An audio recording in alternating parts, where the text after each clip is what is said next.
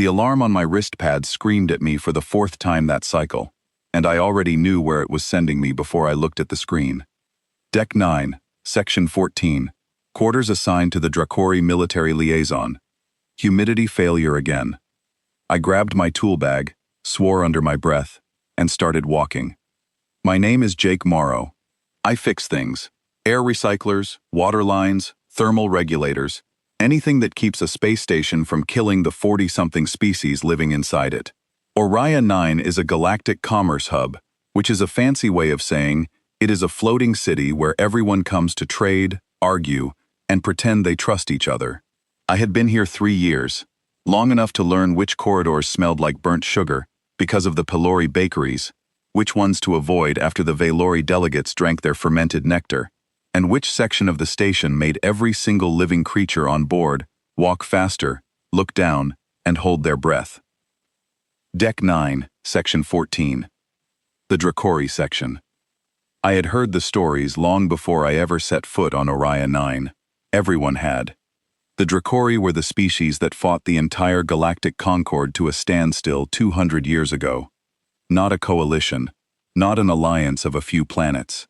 The entire concord, hundreds of species working together, threw everything they had at the Dracori Empire, and the best they managed was a draw. The war ended not because the Dracori lost, but because both sides ran out of ways to keep dying. Since then, the Dracori had existed in a kind of cold peace with the rest of the galaxy.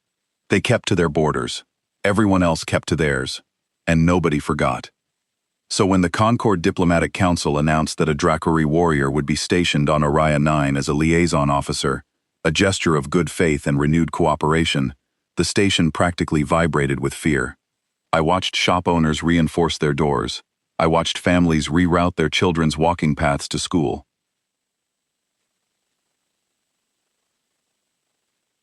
I watched grown adults from species twice my size cross entire corridors just to avoid passing by Section 14.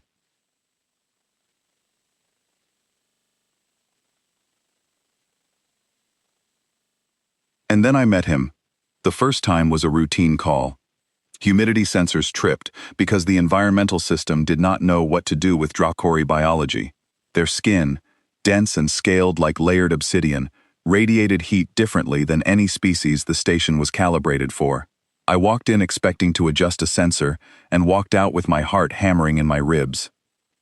He was 9 feet tall, 4 arms, 2 folded across a chest that looked like it had been carved from volcanic rock, 2 resting on the armrests of a chair that was too small for him.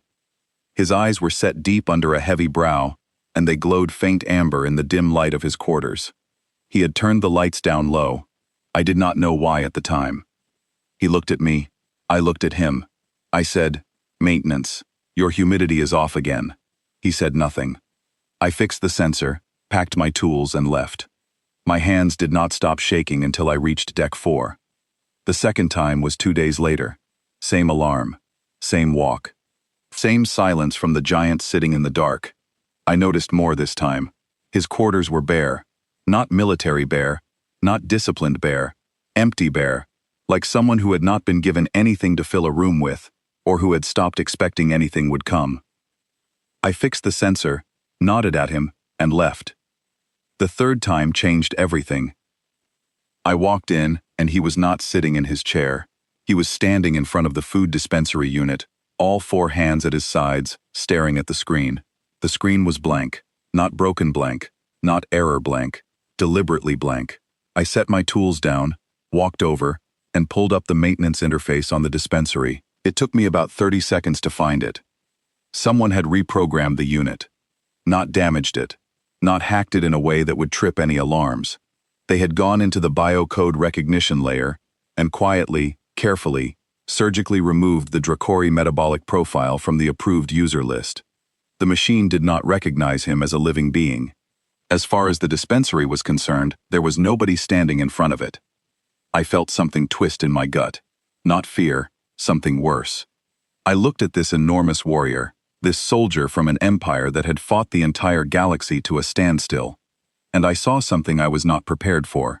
He was not angry. He was not confused. He was just standing there, looking at the blank screen, the way someone looks at a closed door they have stopped expecting to open. I pulled out my lunch pack. It was nothing special. A sandwich, a fruit bar, a water pouch, standard human rations that the station issued to maintenance crews. I sat down on the floor, my back against the wall, cracked open the sandwich wrapper, and took a bite. He looked down at me, his amber eyes burned in the dark. He could have crushed me with one hand. He could have picked me up and thrown me through the wall without breaking a sweat. Every species on this station believed that was exactly what the Dracori did. Every species on this station was absolutely sure that the monster standing over me was one wrong word away from proving them right. I chewed my sandwich and said, "Rough day, huh?" He stared at me for a long time. I mean a genuinely long time. Long enough for me to finish half the sandwich and start on the fruit bar. Then he sat down. Not in his chair, on the floor, across from me. The deck plates groaned under his weight, and his knees came up almost to his chest, because the space was too small for someone his size to sit like that. He looked ridiculous. He looked like a mountain trying to fold itself into a box. I held out the fruit bar. He looked at it, looked at me, took it with his lower right hand, the one closest to me, moving slowly and carefully, like he was afraid of startling a small animal. He bit into it. His jaw worked once, twice. He swallowed. Then he looked at the wrapper with an expression I can only describe as politely confused. "Yeah," I said. "They are not great." I fixed the dispensary code before I left, restored his bio profile, added a security lock so nobody could tamper with it again without triggering a maintenance flag that would land directly on my wrist pad. It was not a complicated fix. It took me 6 minutes. 6 minutes that nobody else on this station had bothered to spend in the 3 weeks since he arrived.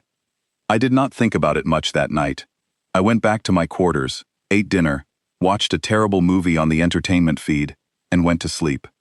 I told myself it was just a job, just maintenance. I fixed a broken thing and moved on. The next morning, I got another humidity alarm. Deck 9, Section 14. I grabbed my tools and walked down, already running the calibration sequence in my head. I keyed into his quarters, stepped inside, and stopped. There was a second chair in the room. It was not standard station furniture. It was heavy, bolted to the floor with military-grade fasteners, made from cargo bay plating that had been bent and shaped with incredible precision. The seat was at human height. The back was angled for a human spine. It was placed across from his chair, close enough for conversation, far enough for comfort. Someone had built this chair by hand. Someone with 4 arms and the strength to bend reinforced steel plating like paper. Vorath Kale was sitting in his own chair, looking straight ahead, saying absolutely nothing, as if the new chair had always been there, as if it had nothing to do with him. I put my tools down. I sat in the chair. It fit perfectly. "Nice chair," I said. He said nothing, but in the dim amber glow of his eyes, something shifted. Something I had never seen on a Dracori face before. Something I would not have recognized if I had not been paying attention. Relief. I fixed the humidity sensor. It took 40 minutes this time because I was in no particular rush, and when I left, I did not report the chair. I did not file it in the maintenance log. I did not tell my supervisor, or my coworker Danny Pritchard, or anyone else on the station, that the most feared warrior aboard Orion 9 had spent his evening building a chair for a maintenance technician who had shared a fruit bar with him. Some things are not meant for reports. Some things are just meant to be. I came back the next day, and the day after that, and the day after that. The humidity sensor was fine. I came back anyway. I want to be honest about something. I am not a brave person. I know how this story sounds when other people tell it, because they have been telling it for a while now, and every version makes me sound like some kind of fearless hero who looked at a 9-foot alien killing machine and did not even flinch.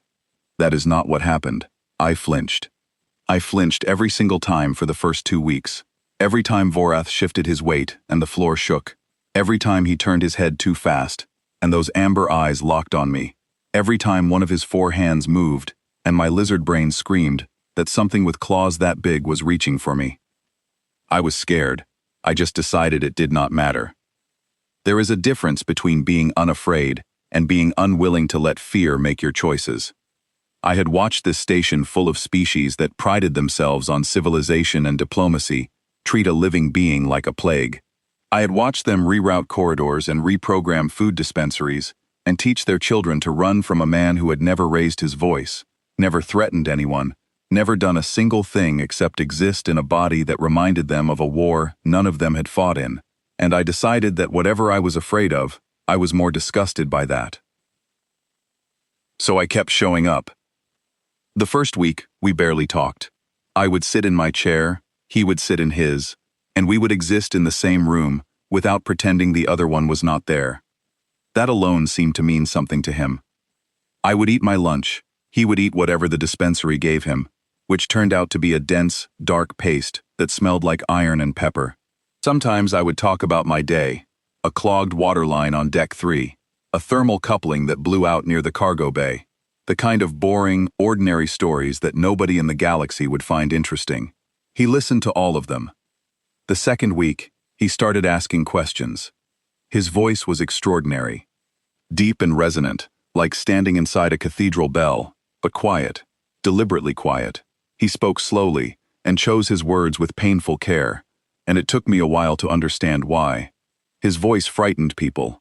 He had learned this the hard way, and so he had spent years training himself to speak softly, to modulate the natural rumble that came with a chest cavity the size of a cargo container. He was trying to make himself less terrifying. It broke my heart. He asked me what a thermal coupling was. He asked me how human water recycling systems worked. He asked me why I ate the same sandwich every day when the dispensary had 47 options. I told him I was a creature of habit. He told me the Dracori had a word for that. It translated roughly to one who finds comfort in repetition. He said it was considered a sign of emotional stability in his culture. That's the nicest thing anyone has ever said about my boring lunch habits, I told him. He made a sound then, a low, vibrating hum that came from somewhere deep in his chest and resonated through the floor. I felt it in my teeth. I stared at him. He looked away, almost embarrassed. He was laughing. By the third week, we had actual conversations, and that was when I started to understand the full scope of what had been done to him. Vorath Kale was not just a warrior, he was a diplomat. His command had chosen him specifically for this assignment because he was considered one of the most culturally adaptable officers in the Dracori military. He had studied Concord languages, Concord customs, Concord social protocols. He had trained for 2 years to come to Orion 9 and represent his people with grace and skill. He arrived ready to build bridges. Nobody let him.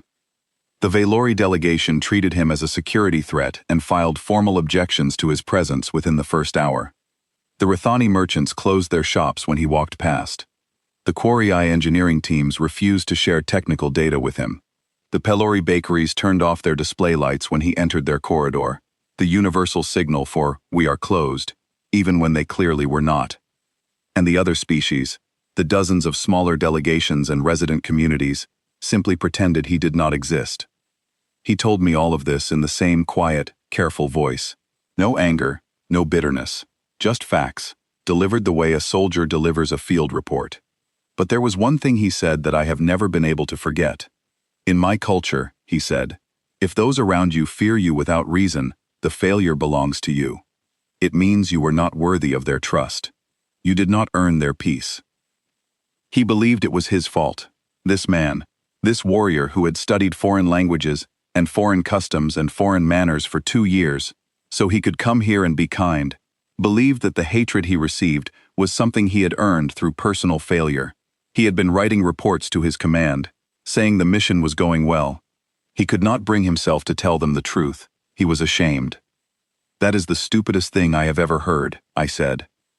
He looked at me with genuine surprise. It is not your fault, I said. Not even a little bit. They are afraid because fear is easy. Fear does not require thinking.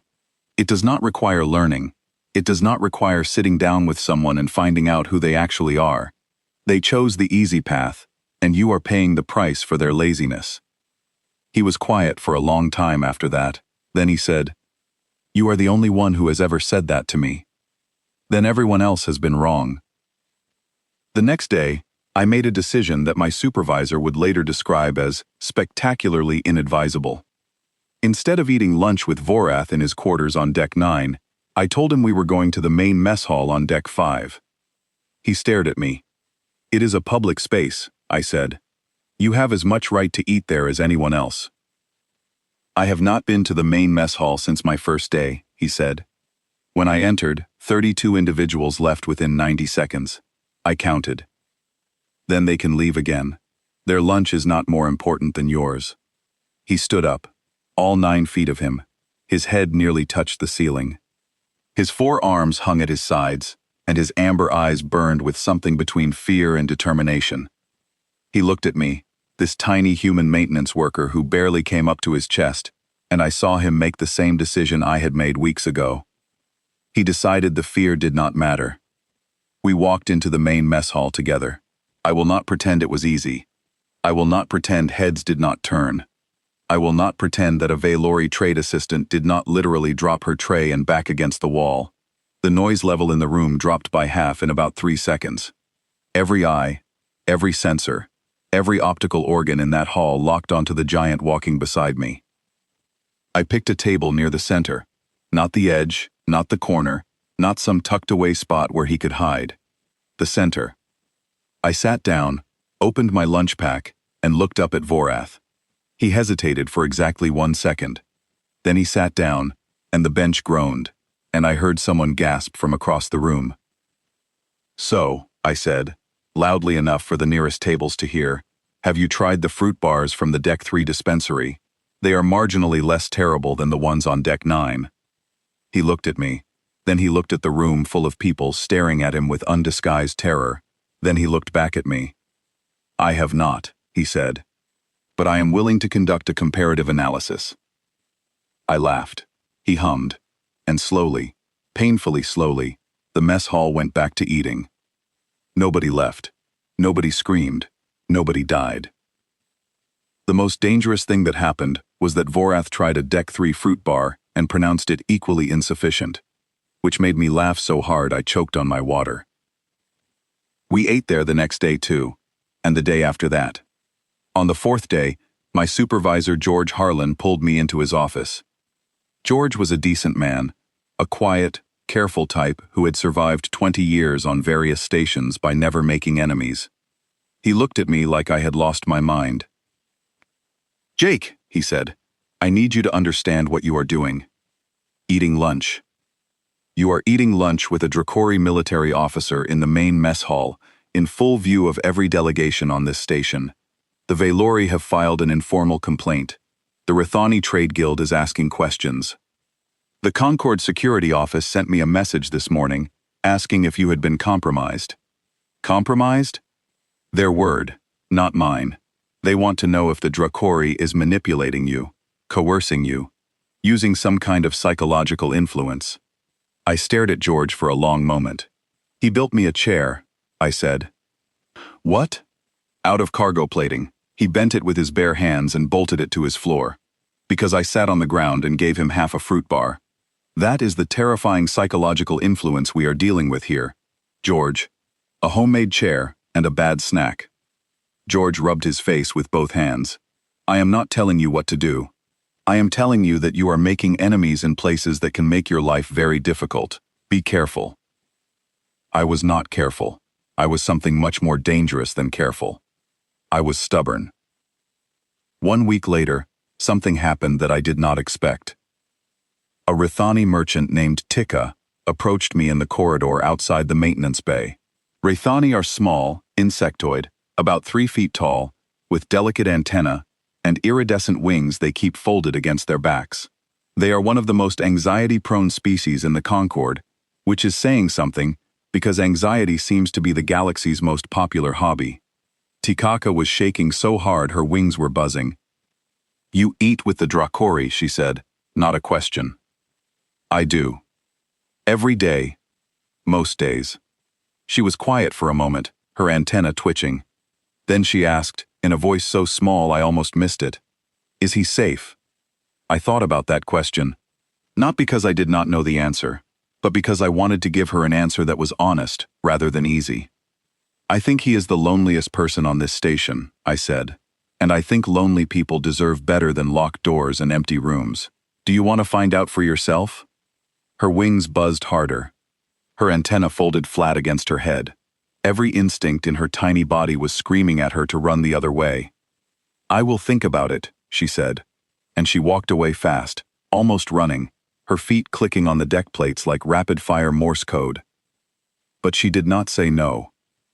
I went to bed that night thinking about courage. Not the big kind, not the kind they write songs about, where someone charges into danger with a weapon in their hand and a war cry on their lips.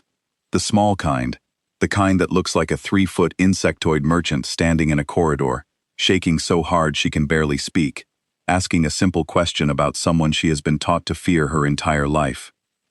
That kind of courage does not get songs, but maybe it should. I need to tell you about the card game, because that is where things really started to change, and because it is still the funniest thing that has ever happened to me on a space station. I brought a deck of cards to Vorath's quarters on a rest cycle. Earth cards, standard 52 deck, plus 2 jokers. I had been playing solitaire during slow maintenance shifts for years, and I figured if we were going to be friends, we might as well do something besides eat bad fruit bars and talk about water recyclers. This is a human game, I said, holding up the deck. It is called poker. The goal is to make the best combination of cards and convince your opponent that your cards are better than theirs, even when they are not. Vorath looked at the cards, looked at me, and said, "You wish to teach me a game built on deception. I wish to teach you a game built on reading people. There is a difference." He considered this. Then he held out his lower right hand, palm up. "Show me." The problem with teaching poker to a Dracori became apparent within about 30 seconds. Vorath had 4 hands. A human holds their cards in one hand and keeps them close to the chest. Vorath tried to hold his cards the same way, but he had 4 different hands that each wanted to do something, and his chest was approximately the size of a refrigerator. His upper left hand kept drifting upward, tilting his cards toward the light. His lower right hand kept tapping on the table, which shook everything and scattered chips. His upper right hand kept reaching over to adjust cards in his lower left hand, which meant his entire hand was visible to me every time he did it. He lost the first 7 hands in a row, not because he did not understand the rules. He understood them perfectly. He lost because he could not physically hide his cards from me. On the 8th hand, he tried holding all the cards in one hand and keeping the other 3 flat on the table. This worked for about 10 seconds, until his upper left hand, apparently operating on pure instinct, reached over and turned his cards face up on the table.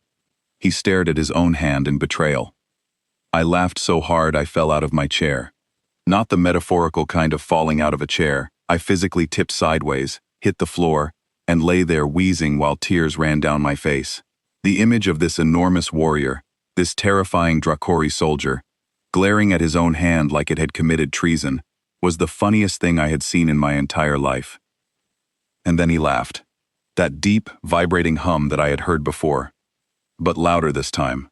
Fuller, shaking the walls and rattling my tools in their bag. He laughed, and it sounded like thunder rolling through a canyon, and I lay on the floor laughing with him until my ribs ached. When we finally stopped, he looked at me and said, "This game is designed for species with fewer limbs." "Maybe," I gasped, still on the floor. "But you should see humans try to eat with chopsticks. We only have 2 hands, and we still cannot manage it." He hummed again. "I would like to see that. I will bring chopsticks next time, and I will practice controlling my subordinate hand." "Your what?" He held up his upper left hand, the traitor hand, and flexed its fingers. "This one. In Dracori combat training, the upper left hand is considered the instinct hand. It acts before thought. It is the hand that reaches for a weapon before the mind has decided to fight. Controlling it is one of the highest disciplines. And it just showed me your cards. It showed you my cards." He looked at his hand with an expression of deep, personal disappointment. "It has brought shame upon my entire lineage." I started laughing again. We played cards 3 more times that week. He got better. Not at hiding his cards. That remained a disaster. But at reading mine. He started noticing patterns in how I held my shoulders when I was bluffing, how I tapped my thumb against the table when I had a strong hand. By the 5th session, he was winning more than he was losing, even though I could still see his cards half the time. "You are an excellent liar for a human," he told me. "Thank you. That is the second nicest thing you have ever said to me." It was during our 6th card session that Tika showed up. She did not announce herself. She did not knock. She simply appeared in the doorway, 3 feet tall, wings folded tight, antenna pressed flat, trembling so hard I could hear her carapace clicking from across the room. She looked at Vorath. Vorath looked at her. He put his cards face down on the table. Then, slowly, without saying a word, he pushed his chair back from the table. Not far. Just enough to create more space between himself and the doorway. He tucked all 4 arms close to his body, making himself as compact as a 9-foot wall of scaled muscle could possibly be, and he tilted his head down, so that his amber eyes were not looking directly at her. He made himself smaller, for her. Tika stood in the doorway for a full minute. Then she walked in, climbed onto a supply crate near the table, and sat down. Her wings were still buzzing, her antennae were still flat, but she was there. "We are playing poker," I said, as casually as I could manage. "Would you like to learn?" "I know poker," she said, and her voice was steadier than I expected. "The Rithani Trade Guild uses it for negotiation training." Vorath and I looked at each other. Tika won the next 4 hands in a row and took every chip on the table. Vorath stared at the tiny insectoid merchant with an expression of pure, undisguised respect. "She is a much better liar than you," he said to me. "Rithani do not lie," Tika said, stacking her chips with precise, delicate movements. "We simply allow others to believe what they wish to believe. There is a difference." Vorath's hum laugh rattled the table. Tika's antenna rose slightly, the first time I had seen them unfold since she walked in. She was relaxing. After the game, when Tika and I walked back toward the upper decks together, she was quiet for a long time. Then she said, "He moved his chair. I noticed." He saw that I was frightened, and he made himself smaller. Without being asked, without making it obvious. He simply did it. That is who he is. She stopped walking, her wings unfolded slightly, catching the corridor light in a shimmer of blue and green. "That is not what monsters do," she said, and she walked away before I could respond. Word traveled. Not like a broadcast, not like an announcement, more like water finding cracks in a wall, seeping into spaces that had been sealed shut. A Quarry Eye engineer, named Neil Carr, stopped Vorath in the corridor one morning and asked about Dracori hull composites. It was the first professional question anyone on the station had directed at him. Vorath talked for 20 minutes, his quiet rumble filling the corridor with technical details about crystalline bonding and thermal stress tolerances, and Neil Carr listened with his 4 eyes wide and his datapad recording every word. A Pelori baker left a package outside Vorath's door. Inside was a dense, dark bread made with iron-rich flour and capsaicin extract. A note was attached in broken Dracori script that read, approximately, "For the large one, from Corridor 7. The bread was terrible by human standards, and apparently magnificent by Dracori standards. Vorath ate all of it. Vorath started cooking. Dracori field meals, prepared in the communal kitchen on Deck 6, using ingredients he had ordered through the station supply chain. The smell was intense. It was like someone had set fire to a pepper farm inside a steel foundry. My eyes watered from 2 corridors away. Other species gagged. Danny Pritchard, who had the maintenance shift on Deck 6 that day, sent me a message that said simply, "What is happening, and will it stop?" I sat in the kitchen and ate my sandwich, while Vorath prepared a meal called rashkal, which involved charring a dense protein block over a plasma heating element until it was black on the outside and molten on the inside, then coating it in a paste made from 7 different compounds that I am fairly certain included at least one substance classified as an industrial solvent.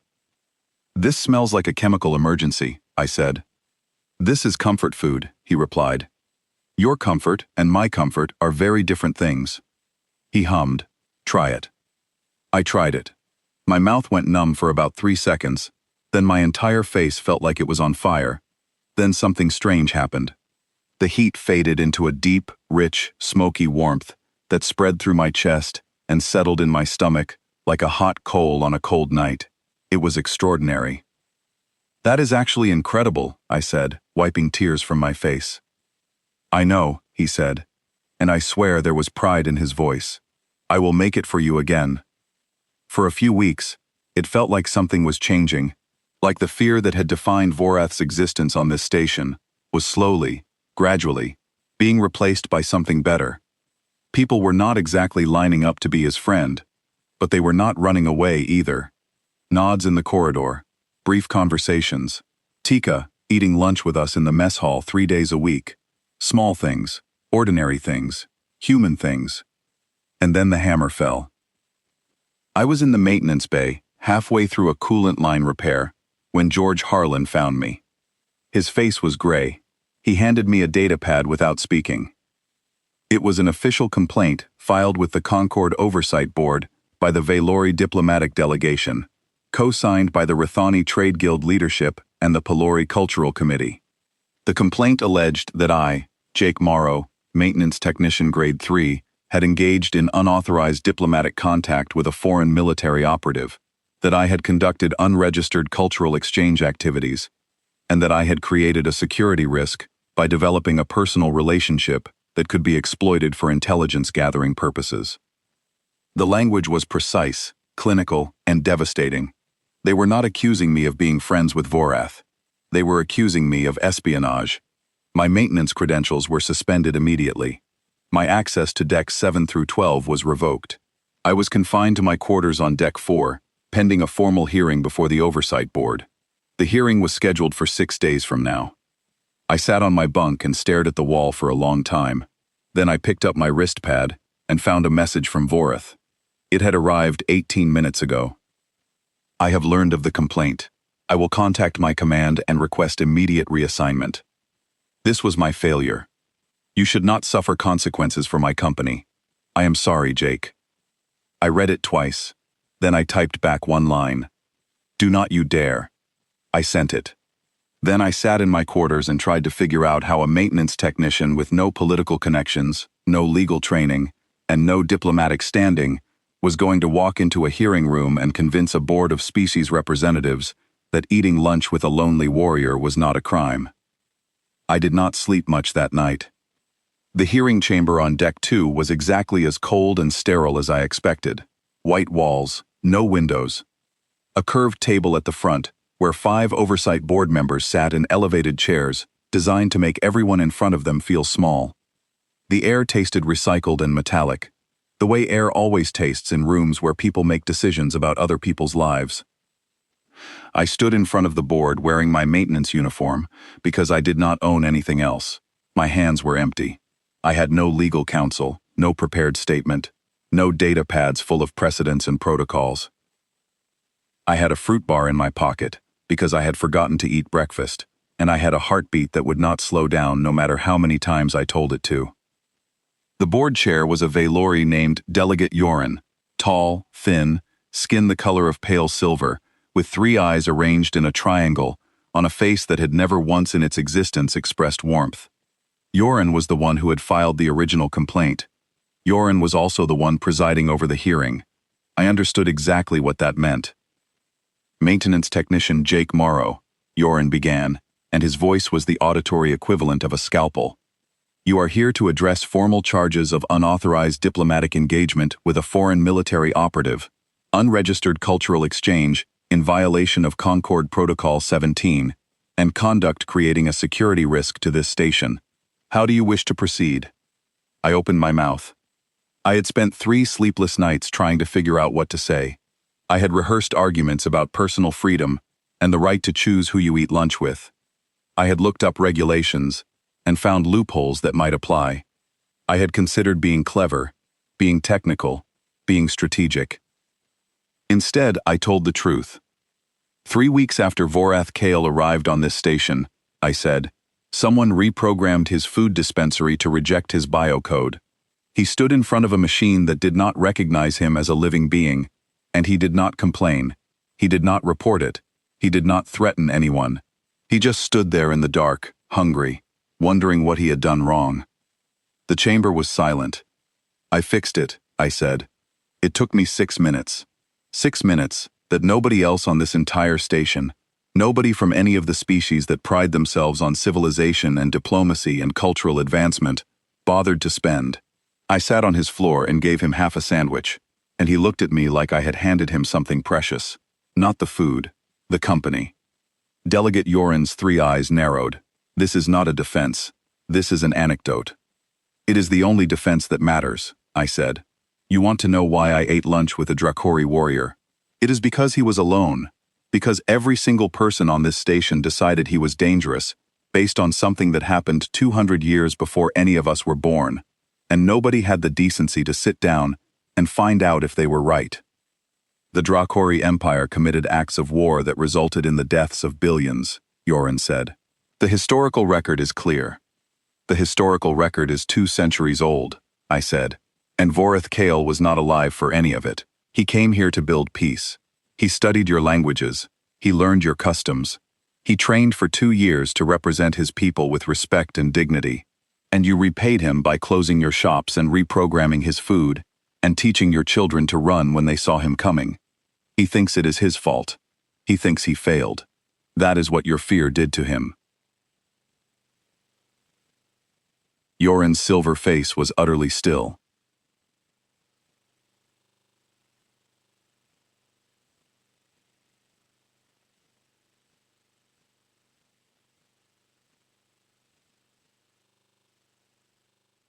"You are emotionally compromised and unqualified to assess diplomatic matters." "You are right," I said. "I fix pipes. I am the least qualified person in this room to talk about diplomacy. But I am apparently the only person in this room who knows the difference between a threat and a man eating alone in the dark." The second board member, a Quarry-Eye representative whose name I did not catch, leaned forward. "Has the Dracori operative ever displayed aggressive behavior toward you, or any station resident?" "Never, not once. Not even when provoked. 2 weeks ago, a group of Valori trade assistants deliberately blocked his path in Corridor 9 and refused to move. He waited for 11 minutes without speaking, then turned around and took a 40-minute detour to avoid them. That is the terrifying aggressor you are worried about. A man who will walk 40 minutes out of his way, rather than risk frightening someone." Then I heard it, behind me, the sound of the chamber door opening. I turned around. Tika stood in the doorway, 3 feet tall, wings folded, antenna trembling. Behind her stood Neil Carr, the Quarry-Eye engineer, his 4 eyes blinking rapidly. Behind him stood a Pelori baker I recognized from Corridor 7, the one who had left bread at Vorath's door. Behind the baker stood Danny Pritchard, my co-worker, who had absolutely no reason to be here except that he was my friend. Behind Danny stood 8 more station residents, different species, different sizes, different everything. All of them standing in the doorway of an oversight board hearing they had no authority to attend, looking at me with expressions ranging from determination to absolute terror. Tika walked forward. Her feet clicked on the hearing chamber floor, sharp and precise, and she did not stop until she was standing directly beside me, facing the board. "I wish to make a statement," she said. Yoren looked at her with visible impatience. "This hearing is not open to public commentary. Concord Protocol 12, Section 4, allows any station resident to submit testimony relevant to a formal charge. I am relevant. I am here to testify." Yoren's 3 eyes shifted. I could see the calculation happening behind them, the political cost of denying a Rithani merchant the right to speak in a public hearing. The Rithani Trade Guild was not the Valori, but they had economic leverage that nobody wanted to provoke. "Proceed," Yoren said. Tika straightened, her wings unfolded slightly, catching the chamber lights. 3 weeks ago, I was afraid of the Dracori. I was afraid of him, the way I have been afraid of his species my entire life. I was so afraid that I could not walk down a corridor he had been in. I was so afraid that I went to Jake Morrow, a man I barely knew, and asked him if the Dracori was safe. Because I could not bring myself to ask the Dracori himself. She paused. Her antenna rose fully for the first time since I had known her. Jake told me to come find out. So I did. I walked into Vorath Kale's quarters, shaking so hard I could not feel my feet, and I sat down at his table.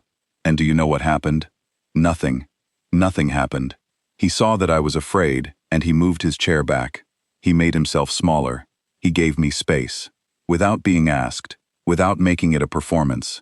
He simply saw my fear and chose to make it easier for me. Her voice cracked slightly, then steadied. I was afraid of him my entire life. One human sat down next to him and showed me that my fear was a choice. I am ashamed that it took me so long to make a different one. The chamber was very quiet. Neil Carr stepped forward next.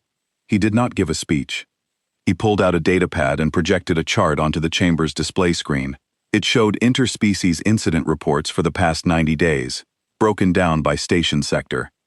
In the sectors where Vorath had regular contact with other species, contact that had started because of me, incident reports had dropped by 40%. Not because of intimidation, because people who actually talked to each other filed fewer complaints about each other.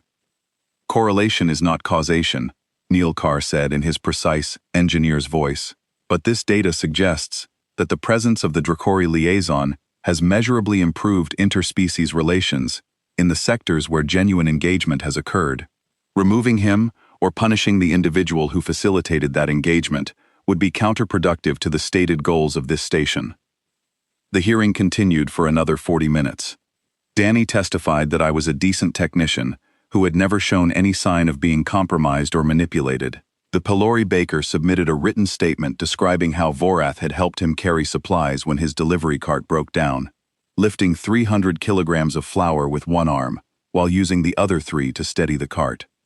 2 more residents described brief but positive interactions with Vorath that would never have happened if I had not broken the barrier first. Yoren sat through all of it with a face made of stone.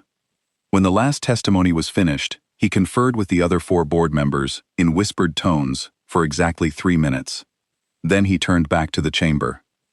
The complaint against maintenance technician Jake Morrow is tabled pending further review, he said.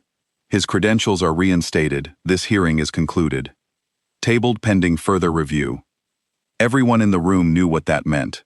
The complaint would sit in a file somewhere, gathering dust, until enough time had passed that quietly deleting it would not embarrass anyone. It was dead. It was just too proud to admit it.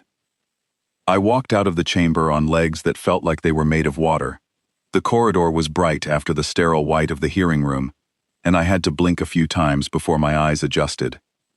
Vorath was standing against the far wall, all 4 arms crossed, his jaw locked tight, his amber eyes burning with an intensity I had never seen before.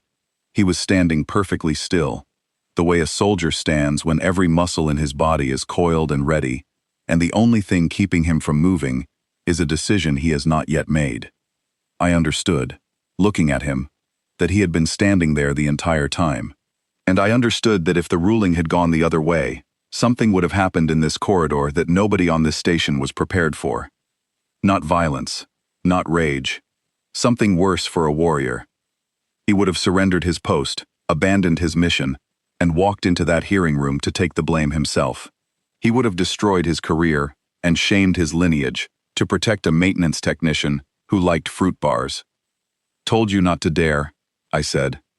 His jaw unclenched, his arms unfolded, and he said, in that quiet, controlled voice, "You are the most unreasonable human I have ever encountered." I am the only human you have ever encountered. That does not diminish the observation. I laughed. He hummed. Tika, who had followed me out, let out a clicking sound that I later learned was the Rathani equivalent of a sigh of relief. And Danny Pritchard, standing behind us all, said, "Can we please go eat lunch now? I am starving, and I have heard the Dracori cooking is either incredible or a health hazard, and I want to find out which." We went to the mess hall, all of us, and for the first time since I had arrived on Araya 9, I did not feel like I was making a point. I just felt like I was having lunch with friends. That night, sitting in my quarters, riding the fading wave of adrenaline and relief, I received a notification on my wrist pad.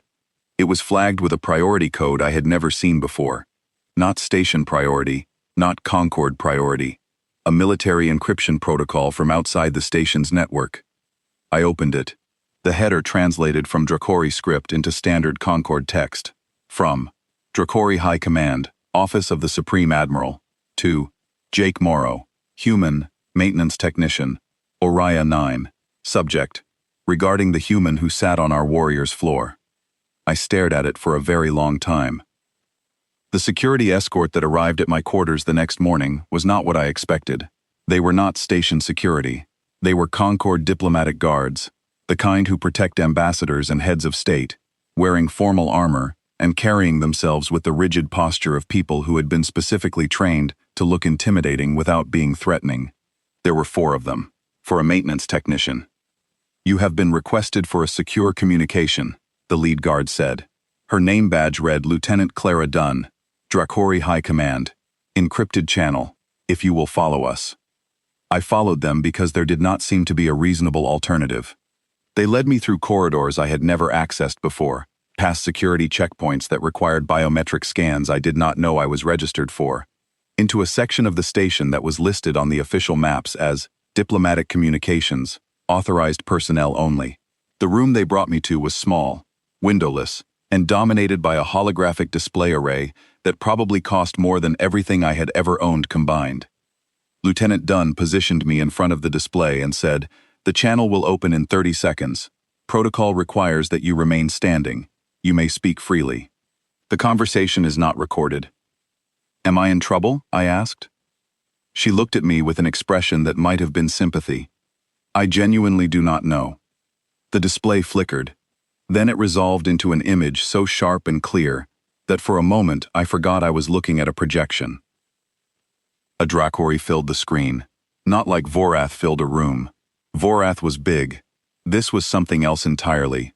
She was enormous even by Dracori standards, broader across the shoulders than I was tall, with scaled skin that was not the dark obsidian of a young warrior, but the deep, weathered gray of ancient stone. Scars crossed her face and neck in patterns that looked almost deliberate, like someone had mapped every battle she had ever fought directly onto her skin. Her eyes were not amber like Vorath's. They were gold, bright and piercing, and they looked at me with an intensity that made my spine try to crawl out through the back of my neck. She wore the formal armor of Dracori High Command, plates of dark metal layered over her shoulders and chest, engraved with symbols I could not read. 4 arms rested on the arms of a command chair that looked like it had been carved from a single piece of iron. She stared at me. I stared at her. The silence lasted approximately 12 years, or possibly 15 seconds. It was hard to tell. Then she lowered her head. Not a bow. Not exactly. A slow, deliberate tilt of her chin, exposing the top of her skull, which I would later learn was one of the most significant gestures in Dracori culture. It meant something that my translator could not fully capture, but that I understood instinctively, the way you understand a handshake or a held door. It meant recognition, respect offered freely, not demanded. "Jake Morrow," she said, and her voice was like Vorath's but deeper, older, rougher, shaped by decades of command. "I am Supreme Admiral Sareth Kale of the Dracori 5th Fleet. Vorath is my son." I opened my mouth. Nothing came out. I closed it, tried again. "Your son," I said. "My youngest, my most capable, the one I chose for this mission, because I believed he had the temperament to endure what I knew would be difficult." She paused. "I was wrong about the difficulty. I underestimated it. I did not anticipate how completely your station would reject him." "He did not tell you." "He did not. He sent reports describing productive meetings and promising developments. I read them and heard what he was not saying. Vorath has never been skilled at hiding pain from me. He learned his courage from his father. He learned his stubbornness from me." She leaned forward slightly, and even through a holographic projection across light years of space, I felt the weight of her attention like gravity. I was preparing to recall him. Quietly, diplomatically. An early rotation, officially described as a strategic redeployment. Unofficially, I was bringing my son home, because the allies he was sent to live among were starving him and closing their doors in his face. The diplomatic consequences would have been significant. I accepted them. No treaty is worth my child. She said the last sentence without emotion, as a simple statement of fact, the way a star states that it is hot, or a mountain states that it is tall. There was no debate in it, no room for argument. She was a supreme admiral who commanded fleets that could crack planets, and she was a mother, and the second thing was bigger than the first. Then my intelligence service flagged an anomaly, she said. A human maintenance technician on Araya 9 had been making repeated unscheduled visits to my son's quarters. The visits did not correspond to any maintenance requests. The technician had no diplomatic clearance, no security authorization, and no apparent reason to be in the Dracori section. Naturally, we assumed the worst. We prepared a full threat assessment. She paused again, and something shifted in her gold eyes. Something I recognized because I had seen it in Vorath's amber ones. Not surprise, something closer to wonder. The threat assessment came back with surveillance footage from the station's internal systems. We watched a human maintenance worker walk into my son's quarters, sit on the floor, and share his lunch. No agenda, no calculation, no diplomatic strategy, just a man with a sandwich, sitting on a cold floor, talking to a warrior that the entire galaxy was afraid of. She was quiet for a moment. When she spoke again, her voice was different. Softer, still commanding, still weighted with authority, but carrying something underneath it that I could feel in my chest. In Dracori culture, Jake Morrow, the act of sitting below another and offering food, has a very specific meaning. It is one of our oldest traditions, predating our spaceflight by thousands of years. When a Dracori sits on the ground before another and offers what they have, they are saying something that does not translate perfectly into your language. The closest approximation is this: I place myself beneath you. I make myself vulnerable to you. I trust you with my safety. I do not fear you. I honor you. I felt something tighten in my throat. You did this without knowing, she said. Without understanding what it would mean. You sat on the floor and shared food with a Dracori warrior because you thought he was hungry and lonely, and in doing so, you performed one of the most sacred trust rituals in our entire civilization. I was just being decent, I said, and my voice came out rougher than I intended. Yes, she said, that is precisely the point. She told me what had happened after the surveillance footage reached Dracori High Command. It had been analyzed, discussed, debated, and argued over by military strategists, cultural historians, and diplomatic advisors for weeks. The debate was not about me. The debate was about what I represented. For 200 years, the Dracori intelligence apparatus had operated under a single foundational assumption about other Concord species, that fear of the Dracori was permanent, structural, and unbreakable, that no amount of diplomacy or goodwill would ever change the fundamental terror that other species felt in the presence of Dracori warriors. Every strategic model, every diplomatic calculation, every war game and peace scenario had been built on this assumption. And then a maintenance technician with a fruit bar broke it in 6 minutes. Our entire intelligence framework regarding human behavior has been revised, Sarath said, and there was something almost like amusement in her voice. Not because of your governments or your military or your diplomats, because of you. One person, acting without authority or instruction, demonstrated something our analysts had classified as statistically impossible: voluntary vulnerability in the presence of a perceived threat. Your species does not merely tolerate fear. Jake Morrow, you actively reject it. You override your survival instincts with something our strategists still cannot fully model. Stubbornness, I said. We call it stubbornness. She made a sound, low, vibrating, resonant, the same hum laugh I had heard from Vorath 100 times, but aged and deepened, and seasoned with decades of battles and command decisions and sleepless nights. She was laughing. Jake Morrow, she said, and her voice was formal now, weighted with ceremony. By the authority vested in me as Supreme Admiral of the Dracori Fifth Fleet and Elder of the Kale bloodline, I designate you Vorath kin. You are bound to our lineage. You carry our name. Our enemies are your enemies. Our home is your home. This bond has never been extended to a non-Dracori in the recorded history of our civilization. I did not know what to do with my hands. I did not know what to do with my face. I did not know what to do with any part of myself. I stood in a secure communications room on a space station at the edge of civilized space, wearing a maintenance uniform with a grease stain on the left sleeve, and a supreme admiral of the most feared military in the galaxy had just told me I was family. "I do not know what to say," I said. "My son told me you would say that. He also told me that when you do not know what to say, you usually say something honest instead. I find this admirable." "I just thought he needed a friend," I said. She looked at me for a long time, her gold eyes, ancient and sharp, and carrying the weight of wars I could not imagine, softened in a way that I had never seen in a Dracori face before, and would never see again.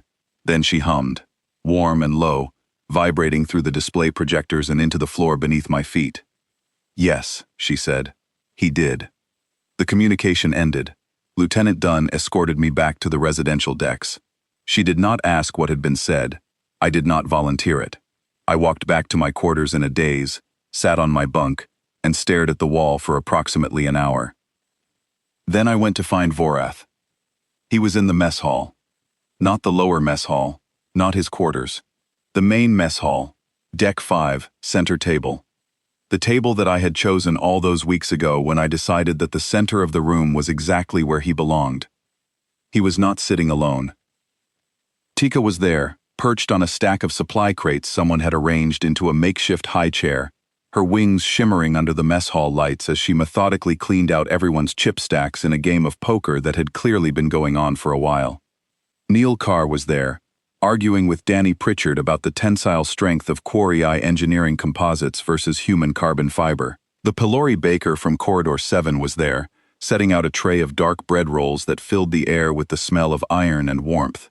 2 Valori trade assistants were there, not Yoren's people, different ones, younger, sitting at the edge of the table, with the cautious posture of people who were not sure they were welcome, but were determined to stay until someone told them otherwise. Nobody told them otherwise. A Pelori child, small and soft-furred with enormous dark eyes, was sitting on the table directly in front of Vorath. Vorath was holding a deck of cards in his lower 2 hands, and using his upper 2 hands to demonstrate, very slowly and very patiently, how to stack cards into a tower. The child was laughing, a bright, delighted sound that cut through the noise of the mess hall like sunlight through a window. Every time the tower collapsed, Vorath would hum, the child would laugh harder, and they would start again.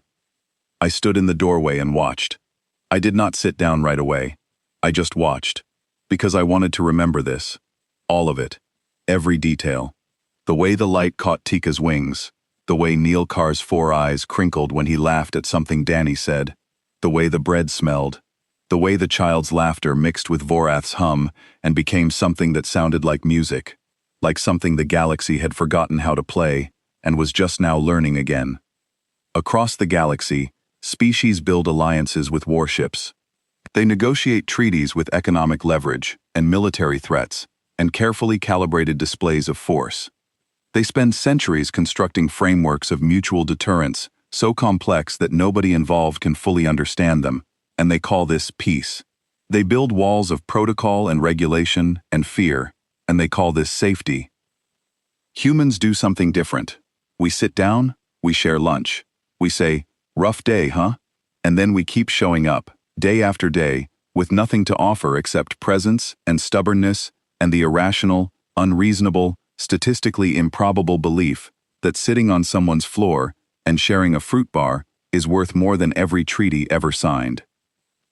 And somehow, against every expectation, against every protocol and political calculation and strategic model in the known universe, it works.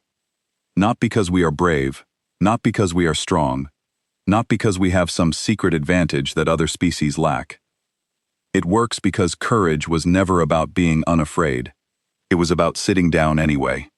It was about looking at someone the whole galaxy told you to run from and saying, "You look like you could use some company." Vorath looked up. He saw me in the doorway. His amber eyes caught the light, and he tilted his head in that way he did when he wanted to say something, but had not yet decided on the words. I walked over. I sat down in my usual spot, the one that had become mine by habit and repetition, and the sheer force of showing up. The child looked at me with curious eyes. Tika slid a stack of chips toward me, without pausing her game. Danny nodded. Neil Carr waved one of his 4 hands. "How was your morning?" Vorath asked, as if I had not just received a communication from the Supreme Admiral of the Dracori Fifth Fleet, as if I had not just been adopted into his bloodline, as if everything in both of our lives had not fundamentally changed in the last 2 hours.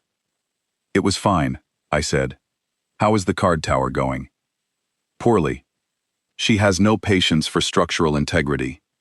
The child knocked the tower over again and shrieked with delight. Vorath hummed. I laughed. "My name is Jake Morrow. I fix pipes. I eat the same sandwich every day. And apparently, I accidentally started an interstellar alliance by being too stubborn to let a good man eat lunch alone. I still do not think I did anything special. I still think I just did what anyone should have done, what everyone could have done, if they had been willing to sit down and stop being afraid. But if they want to call it courage, I will not argue. I have lunch to get to,